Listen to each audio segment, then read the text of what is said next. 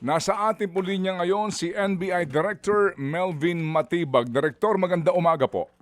Magandang umaga po, Kated, at sa kay DJ Chacha, sa lahat po ng tumatakilig sa inyong programa. Isang magandang umaga po. Good Unang morning po. katanungan mula kay Chacha. Good morning, Attorney Melvin. Thank you so much po sa pagpayag sa panayam. Sir, meron daw po kayong gustong linawin dito sa naging Facebook post ni Mr. Leandro Leviste. Meron pong part ng programa kung saan nakapanayam po namin kayo at ipinost niya po yan sa kanyang Facebook page. Ano po yung gusto niyong linawin mismo doon po sa post?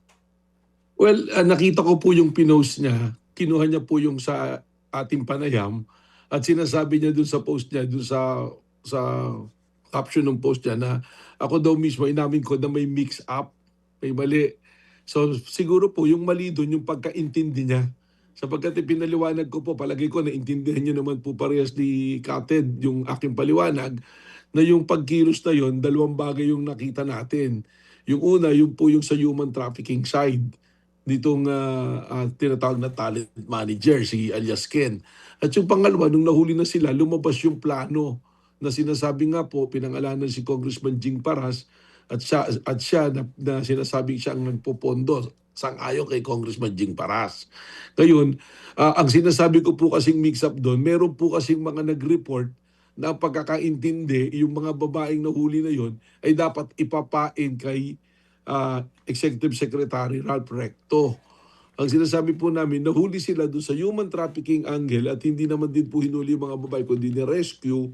Ang nahuli po yung pong talent manager. At habang iniimbestigahan, lumabas na may plano pala na itong talent manager na to, kausap ni Congressman Jing Paras para po gumawa ng iba't ibang istorya na character assassination. Kung maalala po ninyo, binanggit ko pa yung term na compromat. Gagawa sila ng fake affidavit, mga fake na video na wala naman pong katotohanan para lamang po sirain yung isang tao. Ano po ba yung gustong palabasin ni Mr. Leandro Leviste doon po sa kanyang post? Well, gusto niya pong palabasin na wala siyang kinalaman. Pero ako po, simple lang naman yung tanong. Dalawa lang po yung gusto kong itanong sa kanila kung ako yung magtatanong. Una po, tanong ko kay Congressman Ching Paras. Categorically ba sinasabi mo na hindi kayo nag-usap nitong taong nahuli? Itong talent manager, si alias Ken, wala ba kayo talagang naging pag-uusap?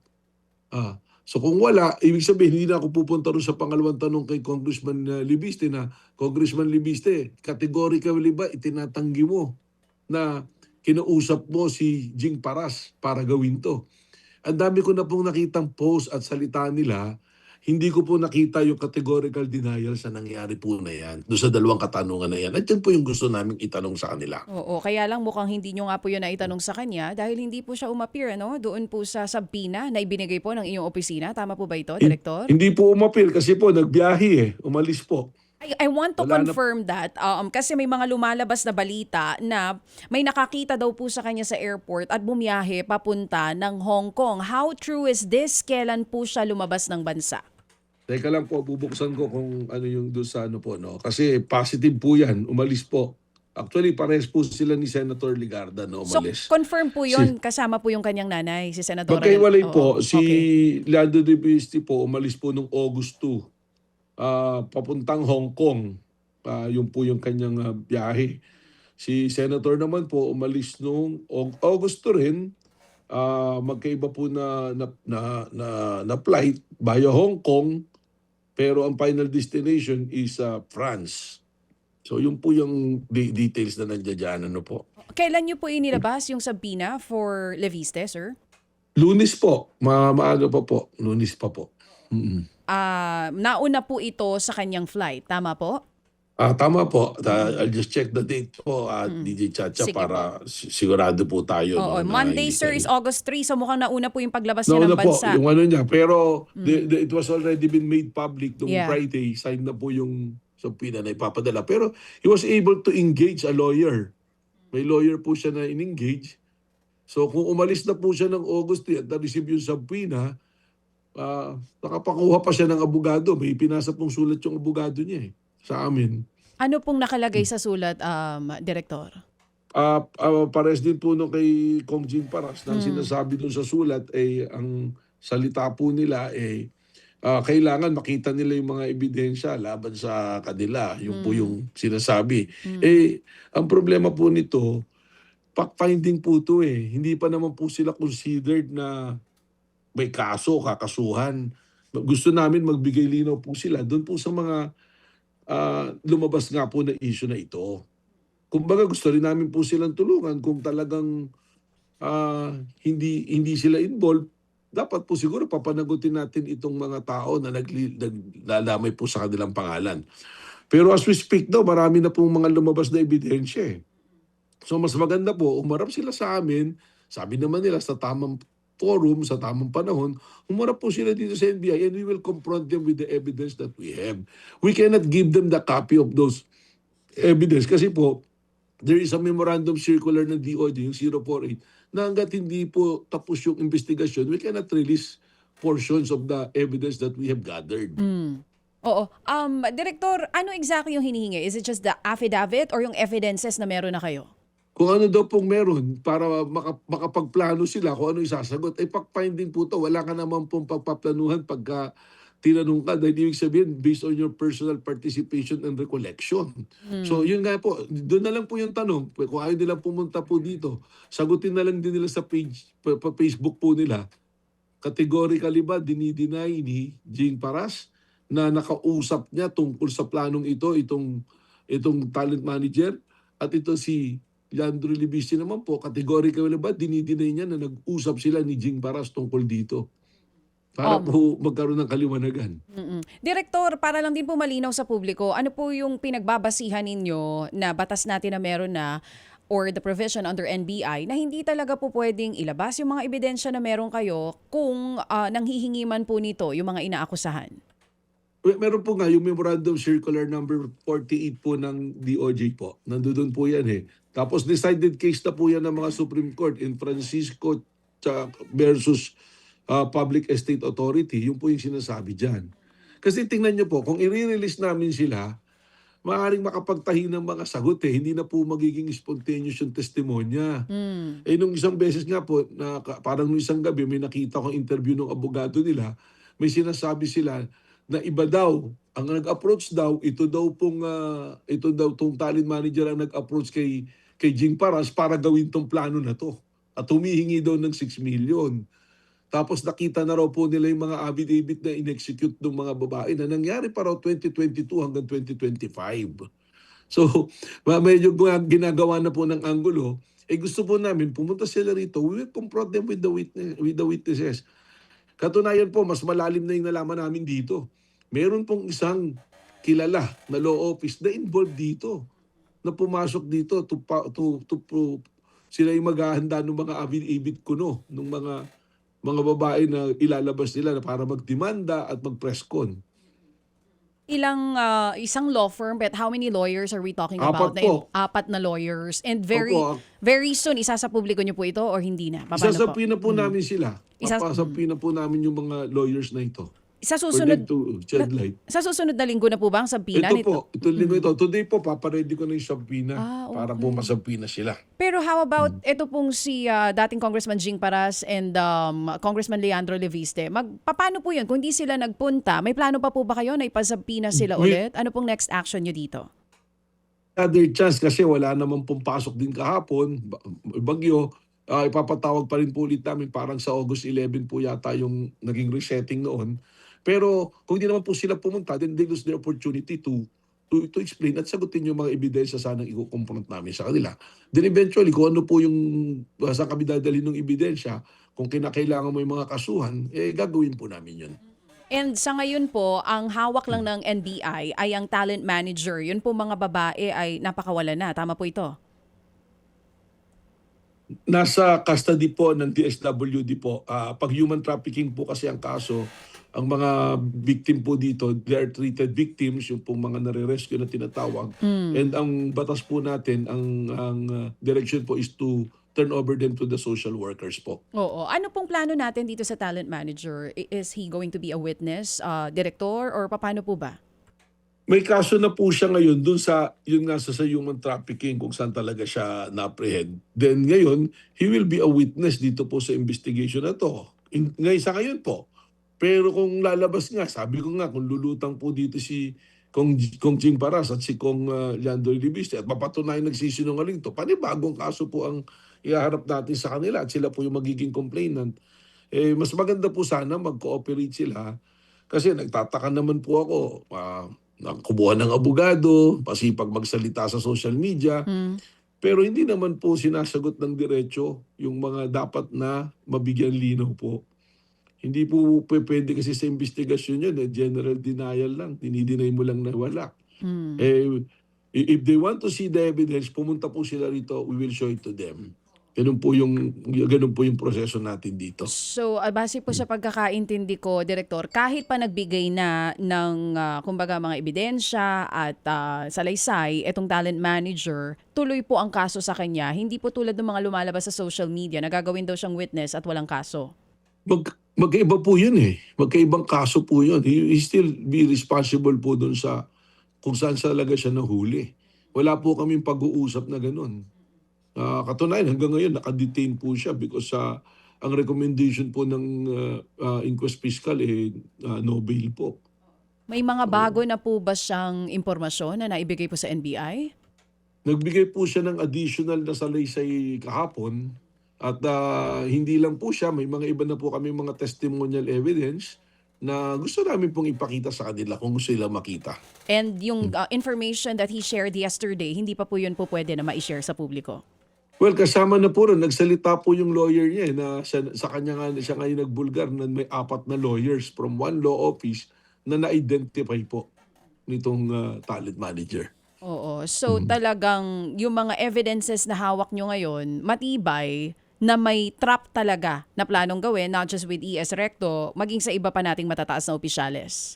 Malinaw po kay ES Recto, pero ngayon po, nung tinitingnan namin yung angulo na masyadong coordinated, at sabi ko nga, isa pang kilalang law office yung lumulutang, medyo nagkakaroon po ng itsura, ng hulma, yung mga sapantahan na mukhang may iba pa po gustong biktimahin.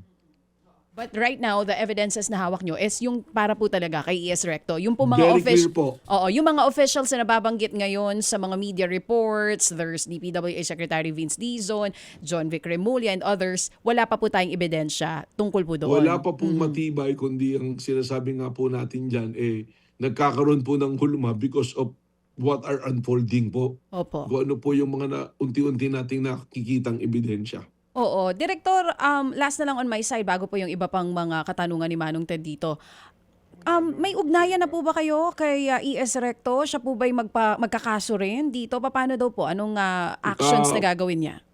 Meron po. Inihintay po niyang matapos yung investigasyon and that will be the time that he will do his legal actions po. Oo. Is he going to make a public statement or hindi na po diretso kaso na ito?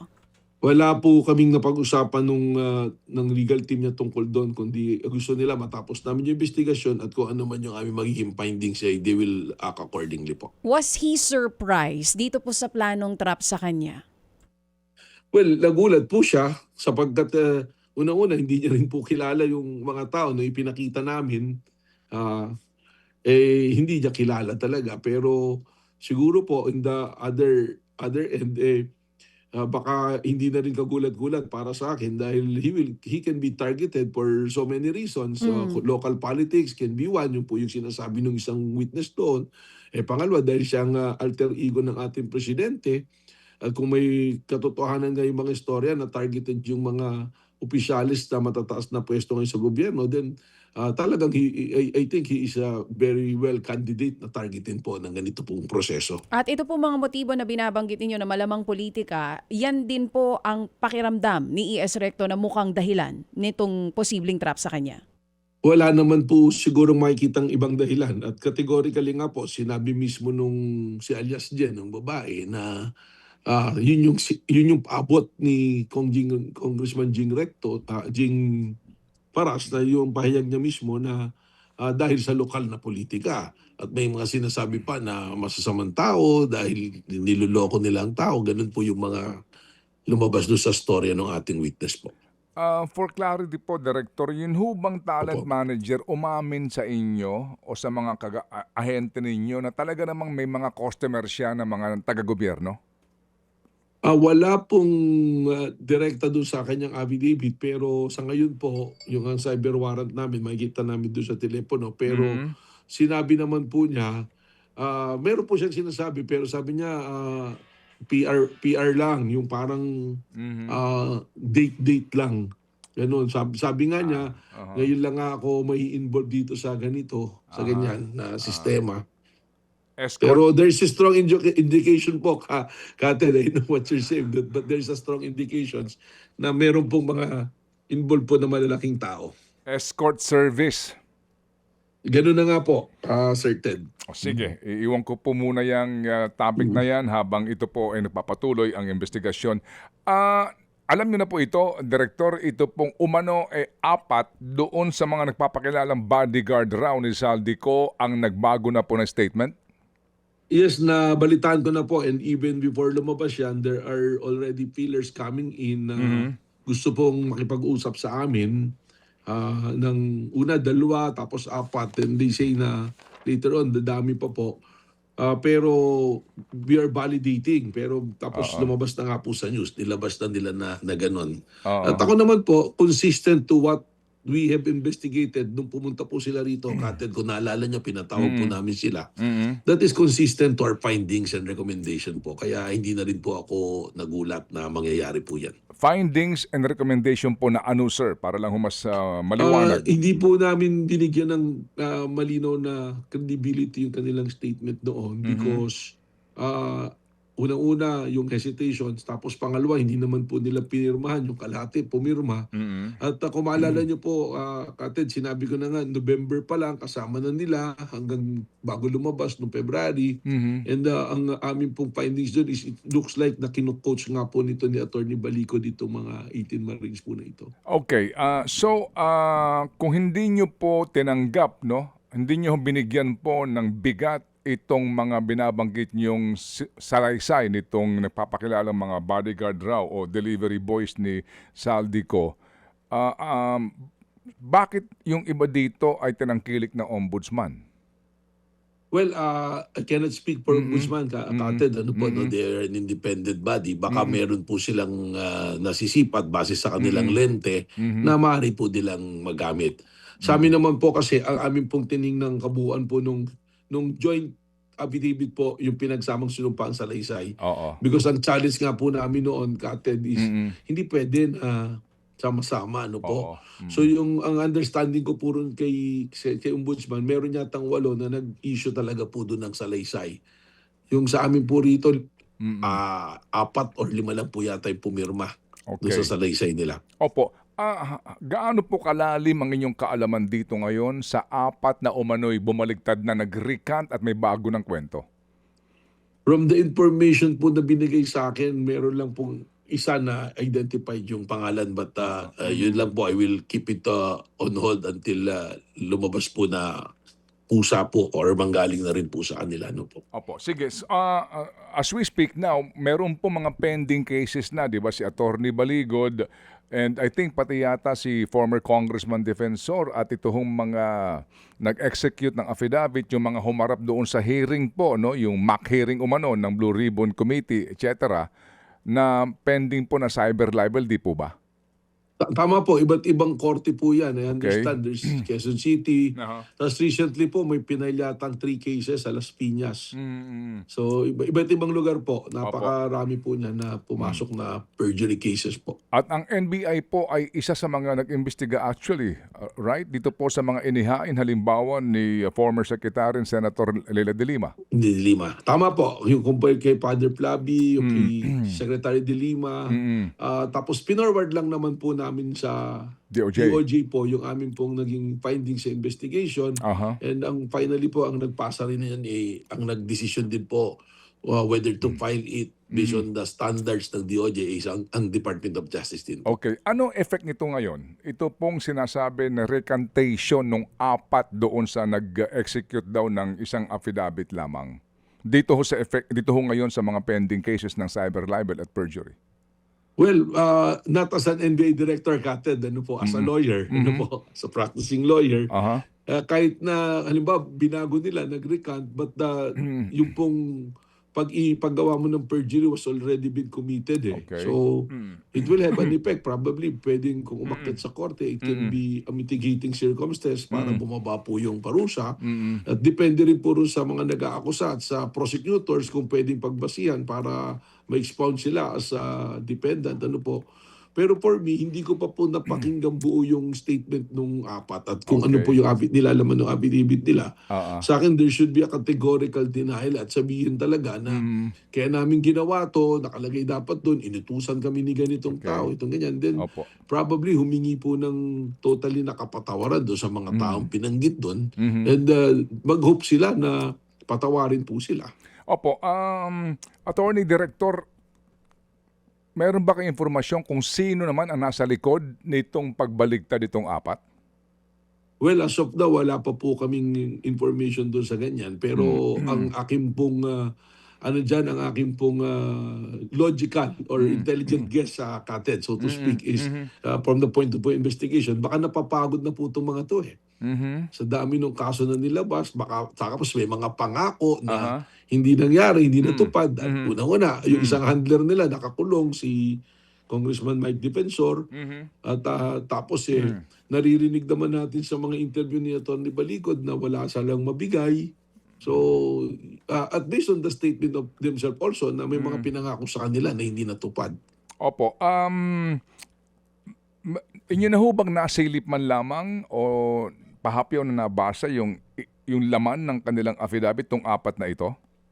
Ngayon pong araw na to, Kated, babasahin ko. Pero wala po kaming advance na information na nabigay po sa, except there are feelers that there are members nga po nung 18 na mga sundalo na ito na gusto nang magsalita at umalis na doon sa fold na yun. Ano po? Opo. Ito ba'y iimbestigahan nyo itong kung sakasakali man po, no? Well, as you said, hindi pa ho nyo nababasa yung affidavit. Pero kapag huma ito ay inyo na pong nabasa at napatunayan na authentic nga itong affidavit na ito, kayo ba'y mag-iimbestiga dito?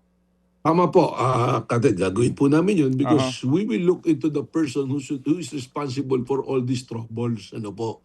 Unang-unang titingnan kung totoo ba, alin ba yung totoong statement dito at kung ano yung totoo, sino ba yung taong responsable sa lahat ng pangyayari na ito para po ba papanagot po natin at magkaroon din ng kalinawan sa ating po mga mamamayan.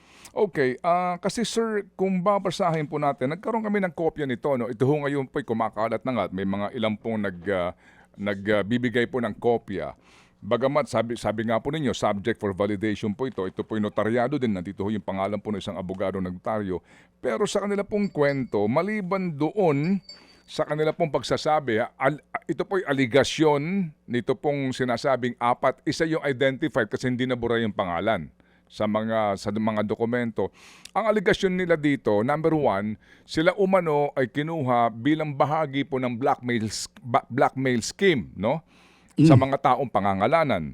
At may mga kwento po sila na pinangakuan daw po sila ng mga kanilang umano'y handler ng pera na katumbas nito doon sa kanila pong ginagawang serbisyo, kumbaga, para ho sumali doon sa Maleta Boys na tinatawag.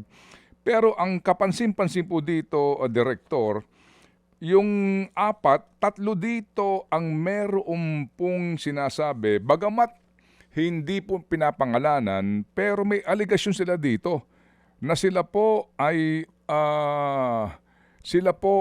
pinilit umano sa Office of the Ombudsman. Again ito po lamang ang kwento po dito. Baka po mamaya later in the day magbigay na po ng press con dito yung Ombudsman.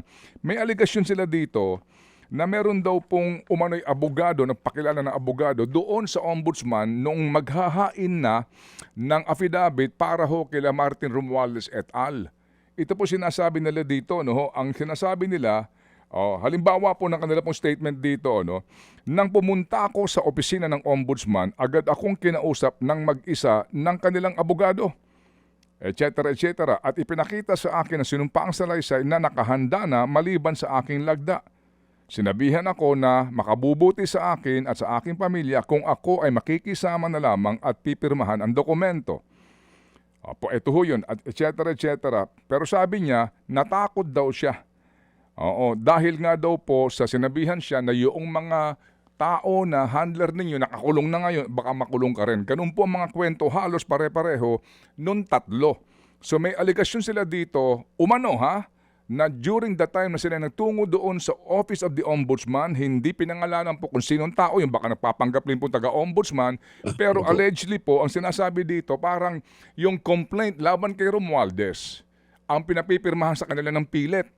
At dahil daw po sa natatakot na sila kasi nga bahagi sila ng scheme muna na mag-blackmail daw po at magsinungaling at ginamit daw ho sila sa propaganda sa politika, lalo pa silang natakot dahil nga dito sa kasong isasampa na baka daw po eventually kapag hindi sila nakipagtulungan na naman dito, makulong din sila. Yeah. Well, that should be the subject of Oo. an independent investigation, ano po, no? Pero base po doon sa binasa ninyo, saka doon po sa mga salaysay nila, lalo tayo nagkakaroon ng basihan para dapat tanungin pong mabuti dahil very conflicting na lumalayo po yung mga ebidensya. Marami na pong binabanggit masyado. So, base doon sa statement na yan, with the permission, of course, and in coordination with the Department of Justice and the Ombudsman, the NBI will be willing to look into these allegations in these statements po. Opo. Kasi po, yung nga, again ito po'y aligasyon lamang na hindi nga pinangalanan. Tama po. Opo, yung sinasabing umano'y abogado sa ombudsman, baka nagpapanggap lang taga-ombudsman yon, pero ang kanilang claim dito, ito po'y daw nangyari doon sa kanilang pagtungo ng partikular na petsa dito sa tanggapan ng ombudsman. Yung pong may pangalan na nasa affidavit dito, sabi niya dito, lubos ang takot ko nung ako'y hinarap ng abogado ng ombudsman dahil alam kong may kapangyarihan silang gawin itong mga pananakot at pagpapakulong sa akin. Lalong-lalo na po na alam nila ang mga ID ko at ilang pang impormasyon tungkol sa akin at sa aking pamilya. Ito pa ho yun, et cetera, et cetera. So, kumbaga po, lalong nagkaroon ng, di ba, parang... Tama po. Naintindihan ko po kayo, Kated. Nakita ko rin po yung pinanggagalingan nyo po. Oo. So para bagang kung paniniwalaan mo ito ng ganun-ganun na lamang, parang meron din pong pamimilit na pag-execute ng affidavit para magdamay particular sa ilang mga individual para makasuhan. Pero kanila pinabubulaanan naman yung kanilang involvement doon sa delivery daw ng pera. No? Opo. So medyo palagay ko nga po dapat siguro itong imbestigahan din. Ang ombudsman again, ang ombudsman po kung sana nga ang kanilang spokesperson po yung magbigay ng panayam, pero sigurado po kami magbibigay within the day ng reaction Tama dito po. ang tanggapan ng ombudsman. Pero again, sa pangyayaring ito, Director, ano ang basa niyo ho dito? Well, I cannot make a conclusion, ano po, no? Ang sa akin lang, unang-una po, alamin yung personalities. Kung sila ba talaga membro ng 18. Kasi hindi ko po naman nakita. Although sabi ko nga, there are feelers that there are members of doon sa 18 na yan na gusto nang bawiin yung kanilang sinumpang salaysay. And to what extent, hindi ko po alam kung anong extent. So pangalawa po, mas na-establish, alin ba yung totoong affidavit ngayon dito? Alin yung totoong nangyari?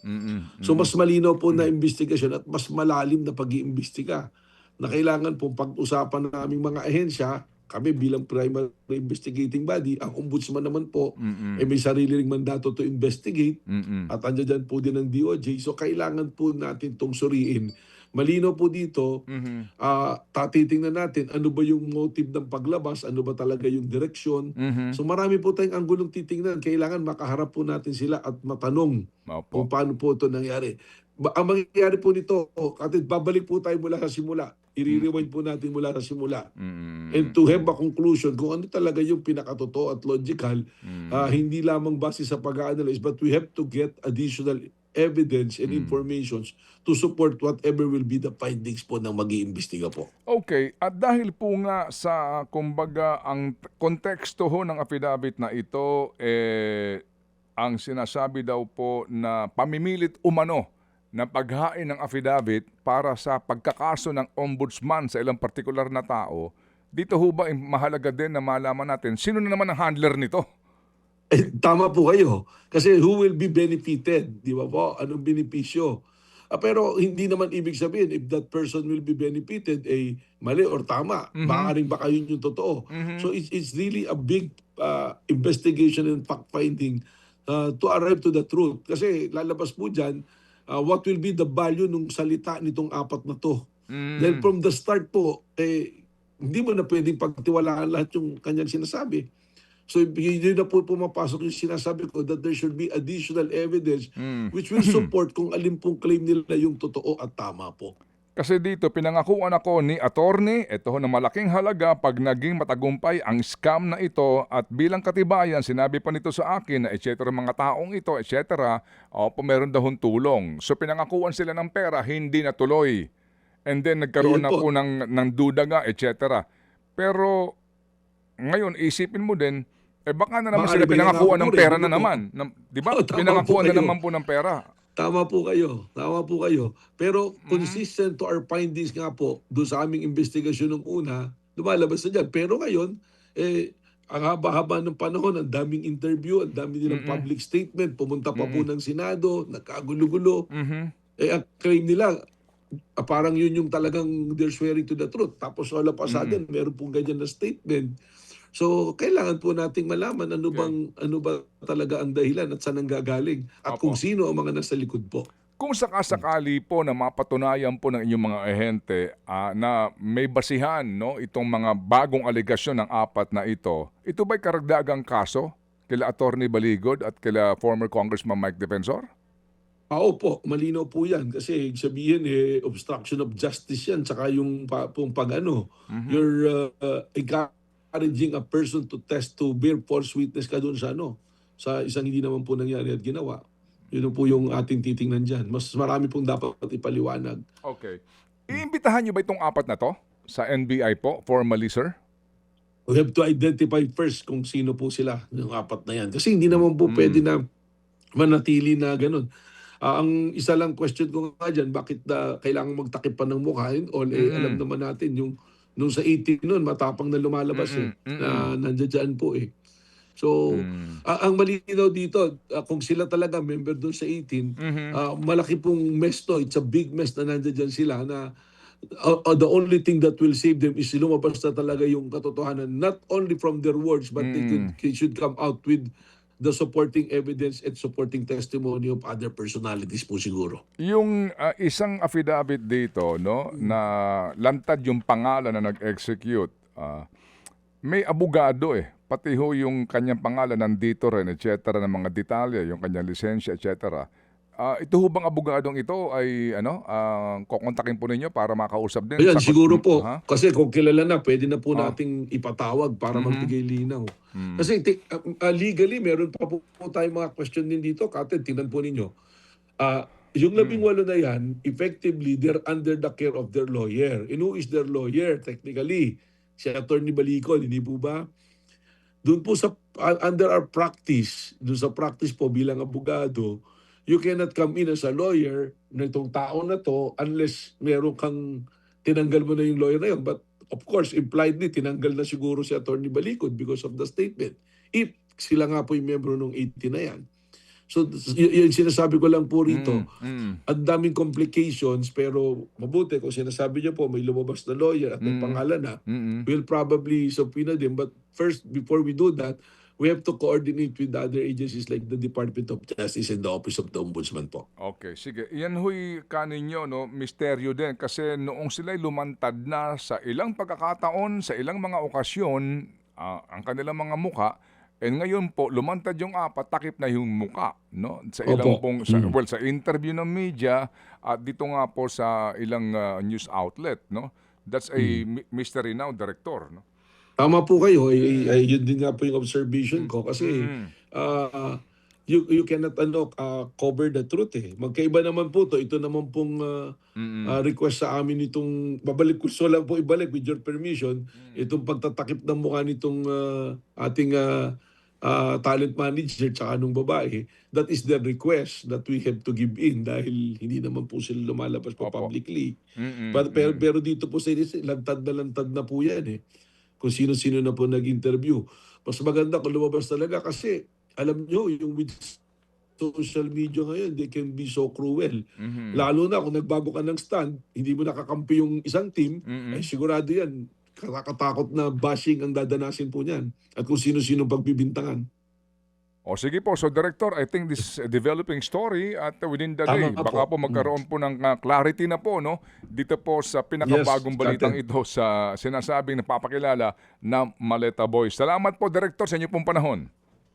Maraming salamat din po, Kated. At pag meron pong development, alam niyo naman po, isa kayo sa mga unang ating pong papapakaalaman po. Apo, Salamat. salamat na marami. Developments po. Thank you. Mga kapatid, patuloy po kayong tumutok sa 105.9 True FM para sa totoong balita, impormasyon, music and entertainment. Mag-subscribe sa aming YouTube channel at podcast at sundan nyo kami sa Facebook, Instagram, X at TikTok sa True Network PH. Bisitahin din po ang aming official website, truefm.ph. At panoorin din kami sa True TV Signal, Channel 19. Kami po ang 105.9 True FM. Laging true sa'yo, kapatid.